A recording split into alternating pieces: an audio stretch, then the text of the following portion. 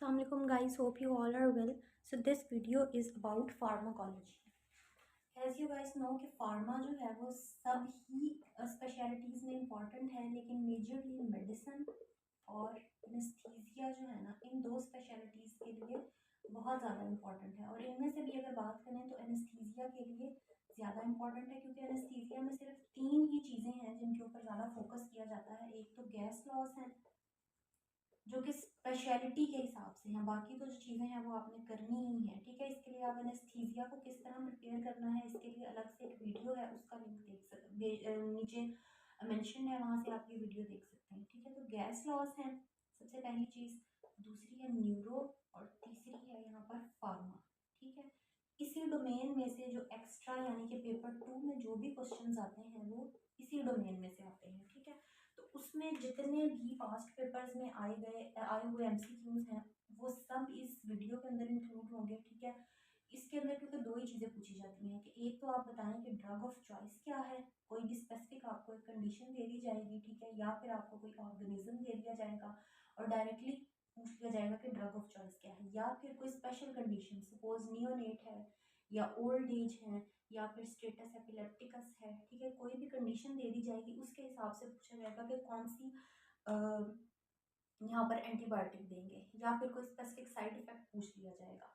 तो this video is all about drug of choice and specific organisms जिनके against आप कोई भी एंटीबायोटिक देते हैं, ठीक है।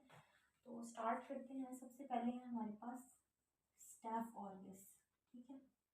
स्टैफ ऑरियस के लिए जो ड्रग ऑफ चॉइस है वो होगी क्लोक्सासिलीन, ठीक है। क्लोक्सासिलीन बेसिकली क्लास कौन सी है, ये पेनिसिलिन की है। अच्छा, एक और बात कि एफसीपीएस के अंदर जब भी ऑप्शंस को आपने सिलेक्ट करना है तो उसमें एक चीज़ का ध्यान बहुत रखना है कि प्रेफरेंस वाइज जो है उसको सिलेक्ट करना है, कि अगर लेट्स से यहाँ पर पेनिसिलिन का ऑप्शन भी है और क्लोक्सासिलीन भी है तो आपने क्लोक्सासिलीन को पहले नंबर पे, और अगर क्लोक्सासिलीन नहीं होता तो फिर आपने पेनिसिलिन को सिलेक्ट करना है, ठीक है। सेकंड आते हैं हमारे पास क्लॉस्ट्रीडियम डिफिसाइल, ठीक है। क्लॉस्ट्रीडियम डिफिसाइल के दो तरह से एमसीक्यूज आते हैं। एक तो ये कि क्लॉस्ट्रीडियम डिफिसाइल जो है वो होता किस एंटीबायोटिक की वजह से है, कॉज्ड बाय विच एंटीबायोटिक, तो यहाँ पर होगा हमारे पास क्लिंडामाइसिन की वजह से होता है ये, ठीक है।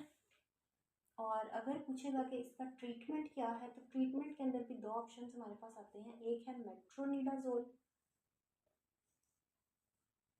और एक है वेंकोमाइसिन।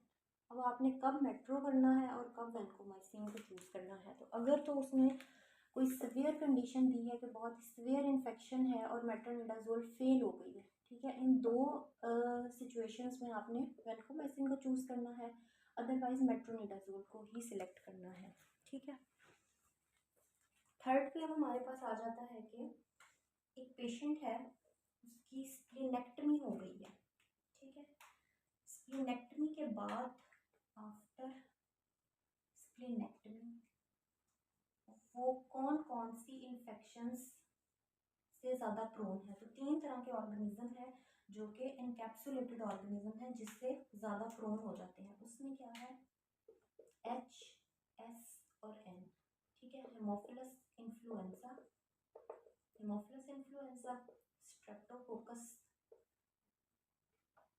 स्ट्रेप्टोकोकस निमोनिया और नाइजेरिया, ये 3 ऑर्गेनिज्म हैं जिनसे ज़्यादा प्रोन हो जाते हैं, ठीक है। फिर पूछा जाता है कि HIV जो है उसके अगेंस्ट कौन सी antibiotic drug of choice act करती है, तो इसके अंदर आपने सेलेक्ट करना है ज़ाइडोव्यूडिन, ठीक है। ज़ाइडोव्यूडिन ये NRT और न्यूक्लियोसाइड रिसेप्टर ट्रांसक्रिप्टेज वाले जो ड्रग्स हैं उसमें आती है, ठीक है, ज़ाइडोव्यूडिन है। फिर पूछा जाता है कि बैक्टीरियोइड्स फ्रेजेलिस के लिए कौन सी एंटीबायोटिक होगी, तो इसके लिए आपने कहना है क्लिंडामाइसिन। अब इस चीज़ को ध्यान में रखना है कि क्लिंडामाइसिन ड्रग ऑफ चॉइस है बैक्टीरियोइड्स फ्रेजेलिस के लिए, जबकि इसकी वजह से क्या होता है, क्लोस्ट्रीडियम डिफिसाइल हो जाता है। ठीक है, नेक्स्ट आते हैं हमारे पास प्रोटियस। प्रोटियस के लिए जो है वो कौन सा ड्रग ऑफ चॉइस होगा, एम्पिसिलिन। सेम, अगर तो एम्पिसिलिन होगा तो फर्स्ट पे आप उसको करेंगे और सेकंड पर जो है वो पेनिसिलिन को चूज करेंगे। फिर आता है कि सोर थ्रोट है, एक पेशेंट है किसी भी एज ग्रुप का होगा, उसको सोर थ्रोट डेवलप हो गया है, तो बताएं कि ऑर्गेनिज्म जो है वो कौन सा है जो सोर थ्रोट करवाने के लिए रिस्पॉन्सिबल है। तो यहाँ पे आप करेंगे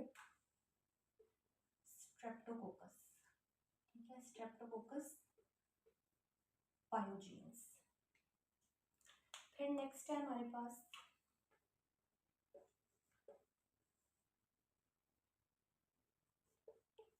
टीनिया सोलियम है। डायरेक्ट इसी तरह से एमसीक्यूज होगा कि टीनिया सोलियम है, उसके लिए ड्रग ऑफ चॉइस क्या होगा, तो निक्लोसामाइड जो है वो टीनिया सोलियम के लिए ड्रग ऑफ चॉइस है। फिर पूछा जाएगा कि ट्रैवलर्स डायरिया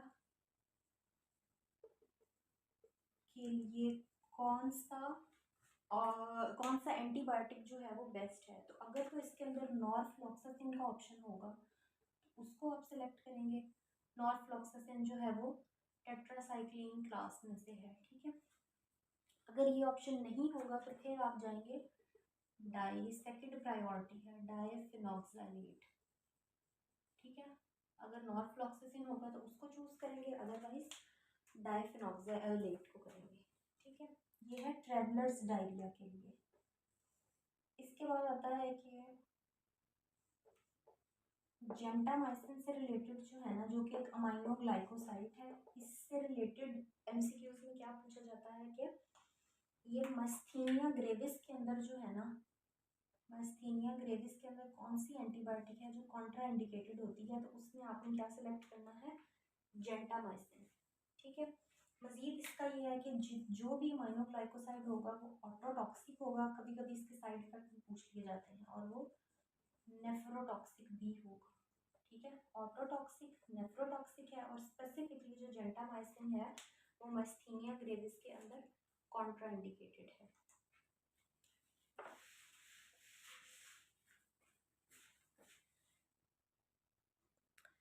सो नेक्स्ट जो एमसीक्यूज रिपीटेड हैं उसमें क्या चीज़ें आती हैं कि सबसे पहले है रिफैम्पिसिन। रिफैम्पिसिन जो कि एक एंटी टीबी ड्रग है, इसका साइड इफेक्ट पूछा जाता है। तो इसका मोस्ट इम्पॉर्टेंट साइड इफेक्ट क्या है कि सिक्रीशंस को जो है ना ये कलर दे देता है ऑरेंज रेड।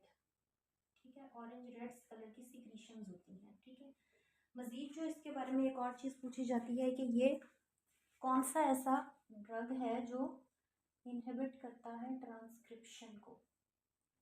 ठीक है, तो वो है हमारे पास रिफैम्पिसिन। फिर बात आती है एक्टिनोबैक्टर बुनाई जो है, इसका ड्रग ऑफ चॉइस क्या है। तो इसके अंदर हम देते हैं इमीपेनम। ठीक है, ये कार्बावेनम्स की ही क्लास का एक ड्रग है इमीपेनम। ठीक है, फिर पूछता है कि नोकार्डिया जो है इसका ड्रग ऑफ चॉइस क्या होगा, तो वो होता है ट्राइमेथोप्रिम सल्फामेथॉक्साजोल। फिर एक एमसीक्यूज आता है कि सीकेडी का एक पेशेंट है। ठीक है, अब एक कंडीशन होगी कि वो विदाउट रीनल फेलियर होगा और एक होगा कि वो विद रीनल फेलियर है, तो फिर चॉइसेस जो है वो डिफरेंट हो जाएंगी। अगर तो वो है विदाउट रीनल फेलियर तो फिर आपने करना है लिंजोलिड, और अगर है वो विद रीनल फेलियर तो फिर ये सीक्वेंस होना चाहिए कि मीरोपेनम को फर्स्ट और फिर इमीपेनम को। फिर एक बहुत ही रिपीटेड एमसीक्यूज आता है कि which antibiotic is secreted in the saliva, तो वो है एरिथ्रोमाइसिन। ठीक है, मज़ीद इसके बारे में ये भी एक और चीज़ पूछी जाती है, तो गोनोकोकस जो इन्फेक्शन होती है ना, गोनोकोकल इन्फेक्शन, ठीक है, मदर को है तो फिर बच्चे को भी ट्रांसफ़र होने का रिस्क होता है। तो उसके अंदर हम बच्चे की आईज़ के अंदर जो इन्फेक्शन होती है ना, उसमें हम कौन सी एंटीबायोटिक देते हैं, वो भी होती है एरिथ्रोमाइसिन। सेम व्होपिंग कफ की ड्रग ऑफ चॉइस क्या है, एरिथ्रोमाइसिन है। लास्ट पे आता है कि टेपवर्म जो है इसकी ड्रग ऑफ चॉइस क्या है। तो अगर तो यहाँ पर ऑप्शन होगा आपके पास प्रेज़िक्वेंटल का, इसको टिक करेंगे, और अगर प्रेज़िक्वेंटल नहीं होगा, ये पहली प्रायोरिटी है। ठीक है, ये नहीं होगा तो फिर हम साइक्लोसामाइड को सिलेक्ट करेंगे। ठीक हो गया।